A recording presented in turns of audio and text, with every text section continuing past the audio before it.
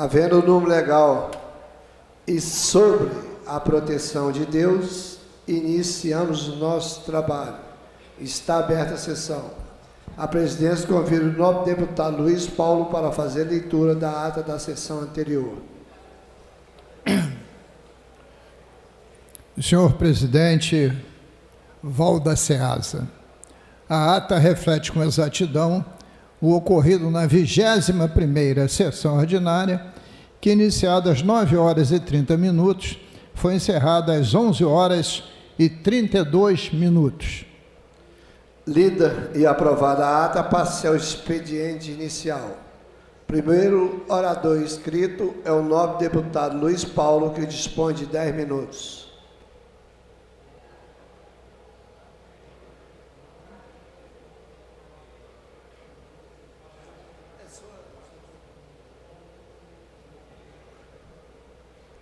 Senhor presidente do expediente inicial, deputado Valda Ceasa, senhoras e senhores deputados que nos acompanham de forma presencial ou remota, senhoras e senhores telespectadores da TV Alerj e senhora intérprete da língua de Libras, que leva a nossa voz aos deficientes auditivos.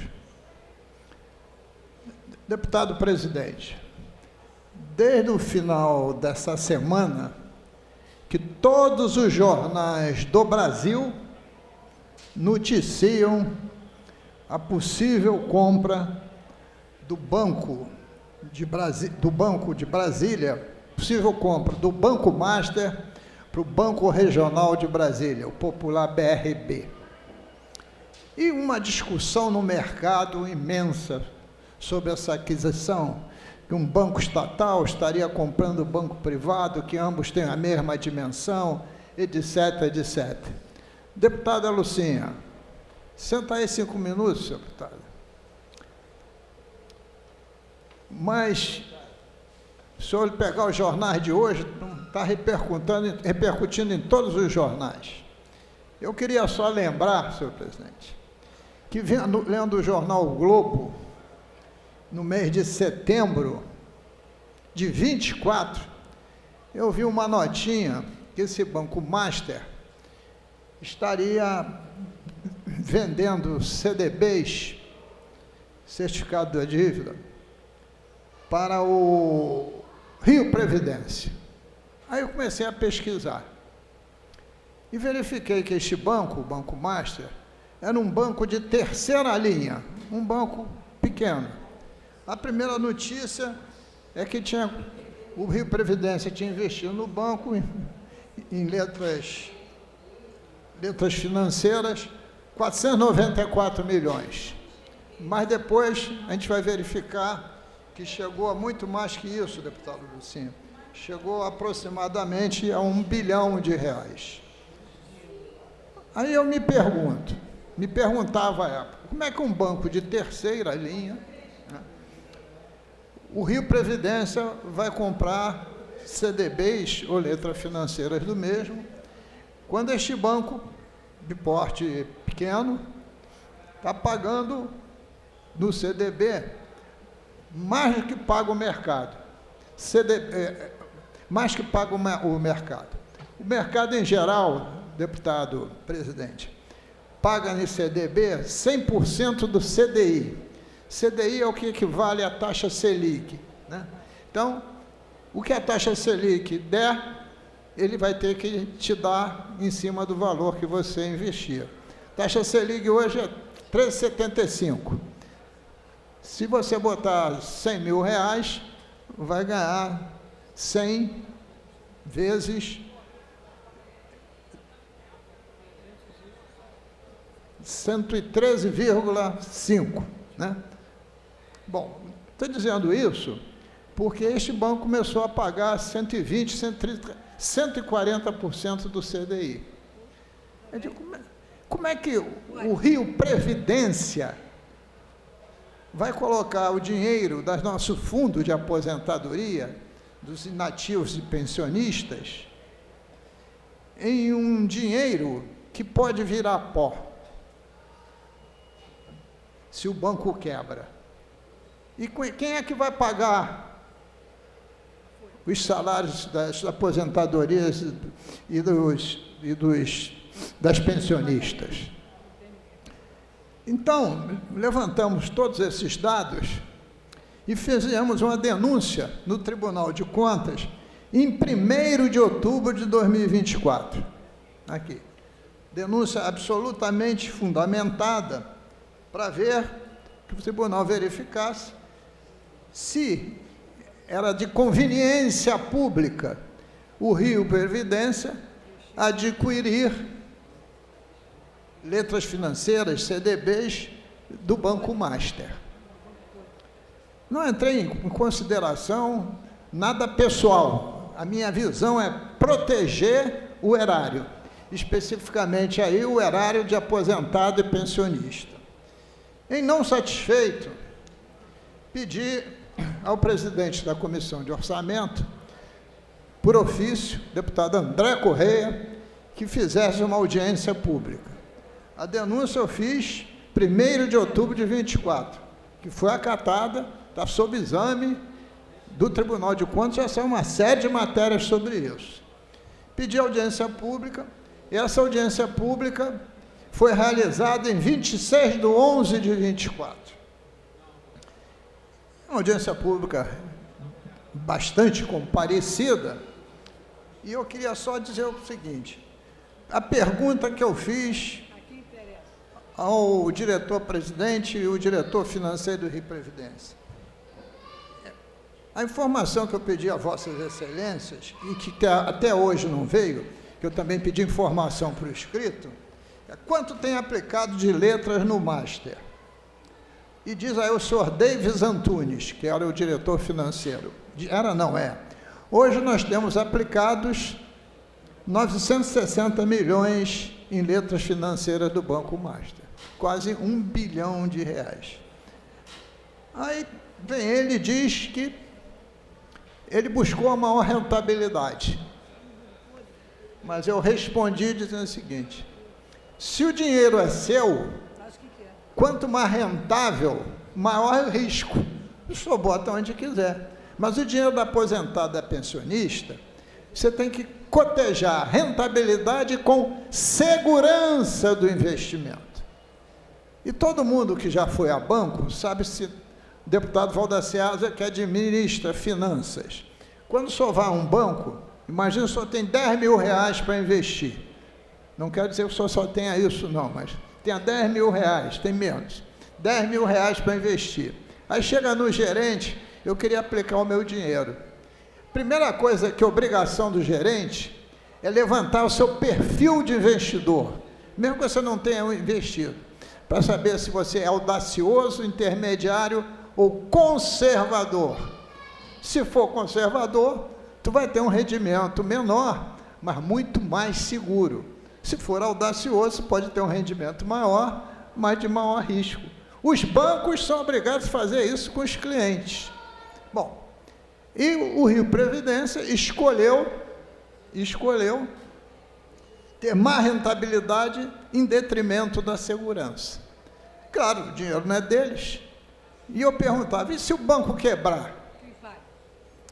Olha, o que as matérias estão mostrando hoje, que ele está sendo comprado por um valor irrisório, exatamente porque está em situação difícil. Está em situação difícil. Então, a audiência pública mostrou claramente o risco desse negócio. E lá eu dizia: vocês têm uma absoluta certeza que, se houver perda de nosso dinheiro, eu estarei não denunciando ao TCE, não. Estarei denunciando ao Ministério Público, no mínimo, por improbidade administrativa. No mínimo. Eu não estou analisando se o banco, quem compra o banco, se é X, Y, Z. A minha análise é resguardar exatamente os recursos dos nossos aposentados e pensionistas.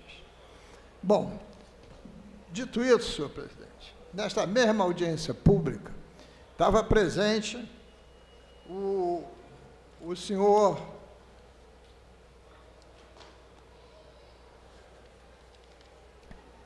subsecretário do Tesouro, ou secretário do Tesouro, Schettini. E eu perguntei a ele,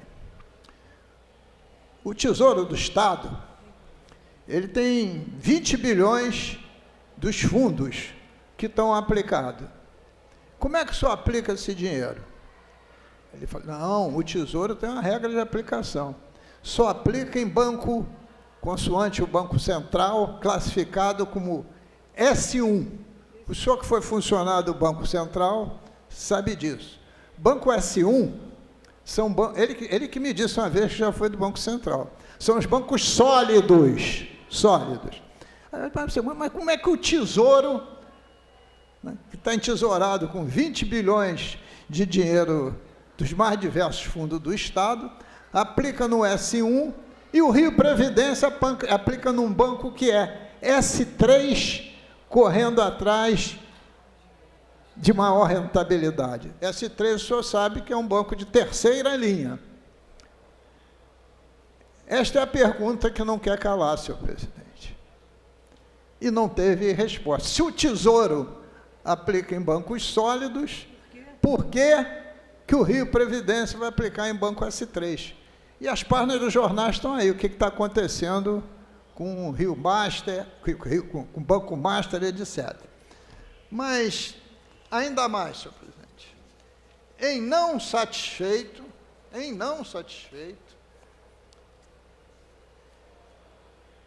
em 15 de outubro de 24, apresentei o projeto de lei 4276 de 24, para mudar as regras de aplicação do Rio Previdência, modificando o seu artigo 7º, que permitia que ele tivesse essa margem. Artigo 7º, inciso 2, quanto à competência do Conselho de Administração. Fixar as diretrizes gerais de gestão, investimento e alocação de recursos, devendo, no tocante aos investimentos, perseguir sempre a maior segurança para os ativos da instituição, sendo permitido que as aplicações ocorram tão somente em instituições financeiras públicas federais. Eu não coloquei nem Banco S1, instituições financeiras públicas federais, para ter uma maior segurança pública. Por que seria? Caixa Econômica e Banco do Brasil. Claro, se Caixa Econômica e Banco do Brasil quebrarem, o Brasil quebrou junto. E o processo está tramitando na casa, ainda não veio à pauta.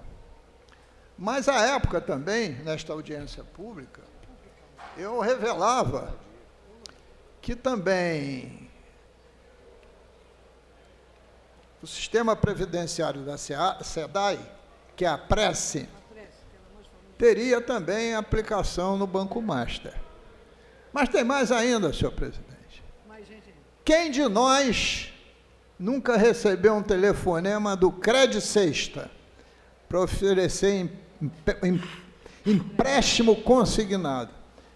Eu já fiz matéria, gravação, inclusive na porta do Cred Sexta, dizendo que eu não aguentava mais o Cred Sexta me oferecer dinheiro.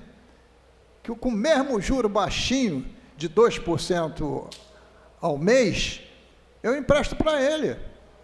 Eu pego 10 mil com qualquer um e empresto a 2%. Vão cobrar mais caro. 2% ao mês dá quase 30% ao ano, pô. Não é porque está falando, é só 2%. Você veja que agora o juro está reduzido, do consignado, é 1,85, quase 2 ainda. E de quem é o Cred Sexta? É do Banco Master. E uma das respostas que o Rio Previdência deu na audiência pública foi a seguinte: não, mas se eles ficarem em dificuldades financeiras, eu seguro o repasse dos valores do consignado. É quase uma piada, não pode ser apropriação indébita. Então, tudo isso foi alertado. E o que o mercado hoje está mostrando é que nós tínhamos total razão.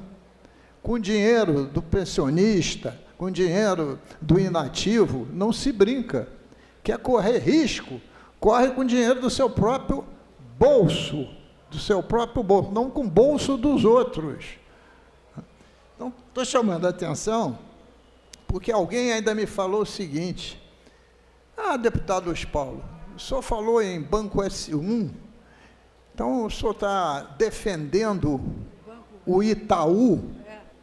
Eu falei, não estou defendendo Itaú, Bradesco, não estou defendendo banco nenhum. Eu estou defendendo os cofres do Rio Previdência. Instituições mais fortes, mais consolidadas. Agora, ninguém do governo, senhor presidente, vem a público para falar nada. Parece que o Rio Previdência não é do governo. Pertence a Marte ou a Vênus. Então, essa é uma questão para chamar a atenção que com dinheiro público não se corre risco. É claro que tem que aplicar. O dinheiro não pode ficar dormindo, porque a inflação come. Né? O dinheiro tem que aplicar, mas aplicar com segurança.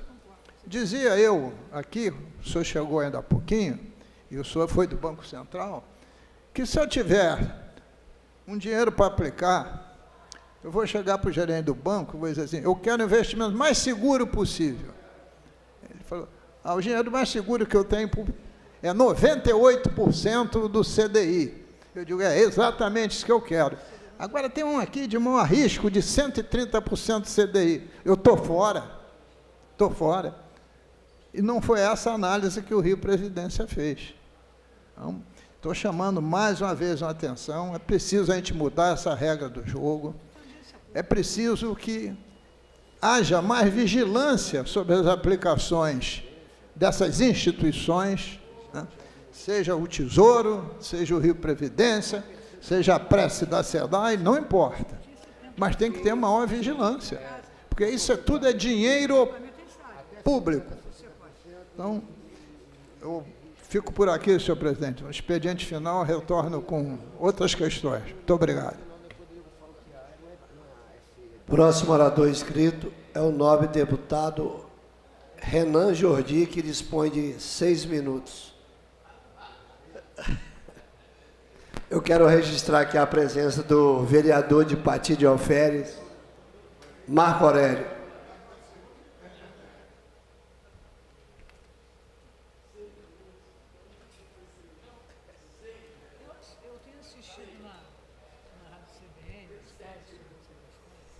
Boa tarde, senhor presidente, boa tarde a todos os parlamentares, a todos aqueles que nos assistem pela TV Alerj. Quero fazer um apêndice aqui na palavra do nosso nobre colega amigo que preside hoje a sessão, que me deu apenas 6 minutos. Eu tenho certeza que para o nobre colega amigo decano dessa casa, Vossa Excelência dedicou a ele 10 e deixou ele fruir por muito mais tempo. E eu tenho certeza que ele vai me defender. Se eu passar dos 6 minutos, o deputado Luiz Paulo vai intervir e me permitir ficar por pelo menos 10 minutos. E você também, eu imagino isso. Quero aqui fazer um rápido comentário sobre a palavra do colega e deputado Luiz Paulo sobre a questão do Rio Previdência. Eu acho que essa casa ela tem a responsabilidade, inclusive, de chamar uma audiência pública se há equívocos no direcionamento dos recursos do Rio Previdência, porque são recursos de pensionistas e de aposentados que dedicaram a sua vida inteira para que pudessem ter as suas aposentadorias garantidas e que, por equívoco, podem ter seus recursos estarem sendo empregados de forma errada. Como o deputado Luiz Paulo falou, eu sou economista do Banco Central e esses recursos, de acordo com o seu cálculo atuarial, eles devem sim ser empregados em aplicações, mas que devem respeitar um normativo, que isso deve estar no regulamento do fundo, inclusive do Rio Previdência, para que erros no curso das aplicações não sejam cometidas, porque hoje, hein, deputado Luiz Paulo, é importante frisar que o que pode estar sendo cometido no Fundo da Rio Previdência e comprometendo os recursos dos pensionistas e aposentados do Estado do Rio de Janeiro, foi exatamente o que aconteceu no Fundo de Previdência do Banco do Brasil. Foi exatamente o que aconteceu no Fundo de Previdência da Caixa Econômica, no Fundo de Previdência de diversas estatais do governo federal, que durante o governo Lula foram achincalhados. Hoje, se você conversar com servidores do Banco do Brasil, da Caixa Econômica, dos Correios, aqueles pensionistas e aposentados, eles pagam uma parcela da sua aposentadoria, devolvendo ao Fundo de Previdência, tendo em vista a falta de comando no direcionamento dos recursos, na falta de comando, vírgula, no roubo, na corrupção, que foi liderado, capitaneado pelo governo PT por mais de 8 anos, governo Lula durante 2 mandatos e governo Dilma Rousseff. Então são esses desvios, são esses desacordos, esses desarranjos que não podem ser cometidos. Eu tenho certeza que o governador Cláudio Castro não está ciente disso e peço para que essa casa, através do presidente, se há realmente esses equívocos estão acontecendo, que a gente chame a responsabilidade da casa, da Assembleia Legislativa, para que a gente possa rever isso ainda em tempo hábil, para que pensionistas e aposentados do Estado do Rio não sejam prejudicados pela má gestão do Fundo da Rio Previdência. Então, fazendo um adendo e uma vírgula à palavra do nobre deputado, muito assertiva na condução do Rio Previdência, quero começar a fala de hoje dizendo que hoje é o dia 1º de abril, senhor presidente. Hoje é o dia da mentira e dizem, de forma muito acertada, que o diabo é o pai da mentira. Se o diabo é o pai da mentira, o Lula, o PT e os seus asseclas são o padrasto dela. Porque na defesa da corrupção, da covardia e da tirania, o consórcio da censura não tem medida. O que a gente vê, o que a gente vem acompanhando ao longo do tempo no Brasil, no curso da linha do tempo, é uma falta de medida em narrativas falaciosas que tentam desconstruir e afogar a verdade.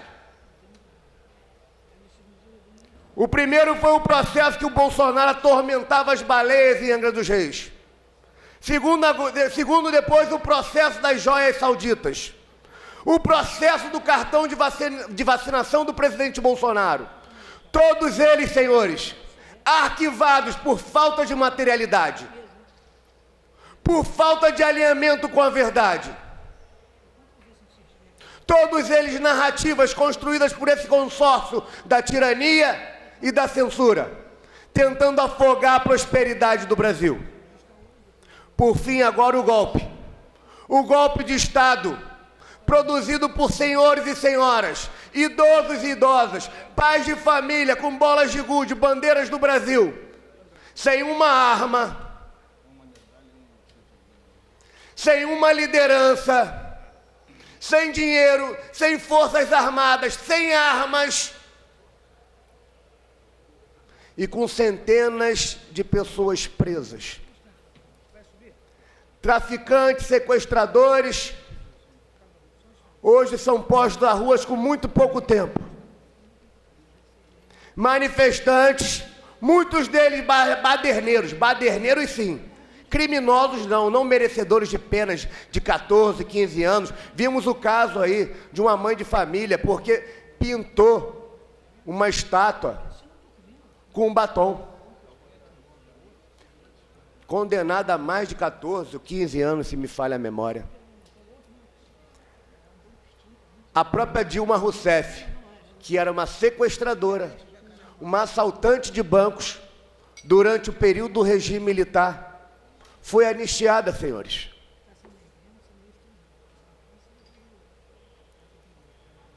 Temos relatos daqueles mesmos que fizeram parte desses grupos terroristas durante o período do regime militar, que nenhum deles lutava por democracia. Relatos, inclusive, de políticos. O Carlos Mink participou disso, deputado Carlos Mink, e sabe muito bem que nenhum deles lutou por democracia. Gabeira já deu uma entrevista falando sobre isso. Nenhum deles, senhor presidente, lutou por democracia.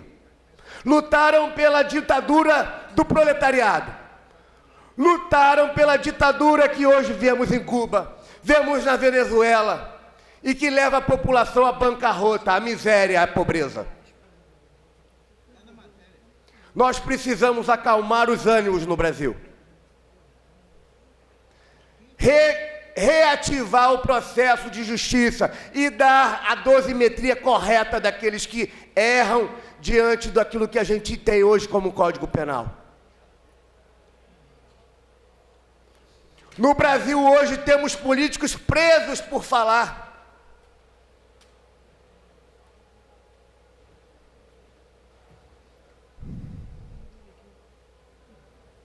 Eu, durante anos, senhor presidente, eu tratei da minha vida privada.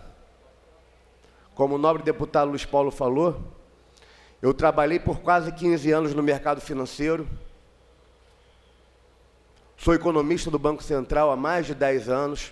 Estou licenciado do cargo para honrar 36.343 pessoas que dedicaram a mim a missão de defender os interesses da maioria da população brasileira, que tem princípios e valores sólidos, baseados em Deus, pátria, família e liberdade. Liberdade até daqueles que pensam diferente da gente. Chegamos a um ponto que precisamos dar rumos de prosperidade ao Brasil. Não pode ser o que uma pessoa pensa. Não pode ser o que um grupo de pessoas pensam. Mas tem que ser o que está consolidado na Constituição. Deus, pátria, família e liberdade. Se transgressores da lei, se sequestradores, assaltantes de banco, sequestradores, senhores, de cônsules, de embaixadores, assaltantes de banco, latrocidas, foram anistiados ao fim do regime militar. Nós temos baderneiros, sim, deputado Luiz Paulo. Pessoas que quebraram, assim como o grupo terrorista MST já o fez várias vezes no Palácio do Planalto e durante a esplanada dos ministérios. E nenhum deles tiveram a mão pesada da justiça, como jovens, senhores e senhoras, pais de família estão sofrendo hoje presos com penas há mais de 10 anos. É preciso resgatar a razoabilidade, a proporcionalidade e a dosimetria acordada, adequada. Ninguém aqui é a favor de crime, ninguém aqui é a favor de baderna.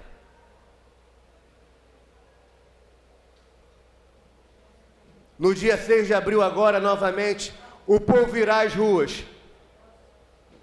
Agora na Avenida Paulista, para reforçar o desejo da população brasileira, que é majoritariamente cristã, que tem Deus, pátria, família e liberdade como valores inegociáveis. Não para defender criminoso, não para defender baderneiro, mas para defender a proporcionalidade, a razoabilidade, a dosimetria, acordada no nosso Código Penal e na nossa Constituição. E fazer valer o que de fato acontece. Não há provas nenhuma, e é o que a gente vê a verdade. No dia 8 de janeiro não houve tentativa de golpe. Houve pessoas insatisfeitas que erraram na mão. Baderneiros que quebraram, que rabiscaram sim, mas que não merecem o que estão tendo. Então vamos às ruas no dia 6 de abril. Novamente para defender a população de bem, novamente para defender a democracia, ela sim, fundamentada sob pilares de liberdade e não a censura. A liberdade de parlamentares e pessoas de bem falar o que pensam. e devolver o Brasil aos rumos da liberdade, da prosperidade, da equidade e da paz. Porque o que se vê hoje é o achincalhamento, é o afogamento de pessoas que querem trabalhar, que querem produzir, mas que se veem acuadas com medo por um consórcio de censura que se estabeleceu no Brasil. No dia 6 de abril, eu convoco a todos os brasileiros, patriotas e pessoas de bem, para que vão às ruas e na Avenida Paulista, em São Paulo, para reforçar os nossos votos de democracia, de liberdade e abaixo a censura. Viva o Brasil! Muito obrigado, senhor presidente. Não havendo mais oradores inscritos, a presidência suspende a sessão até às 15 horas, quando retornaremos com a ordem do dia. Está suspensa a sessão.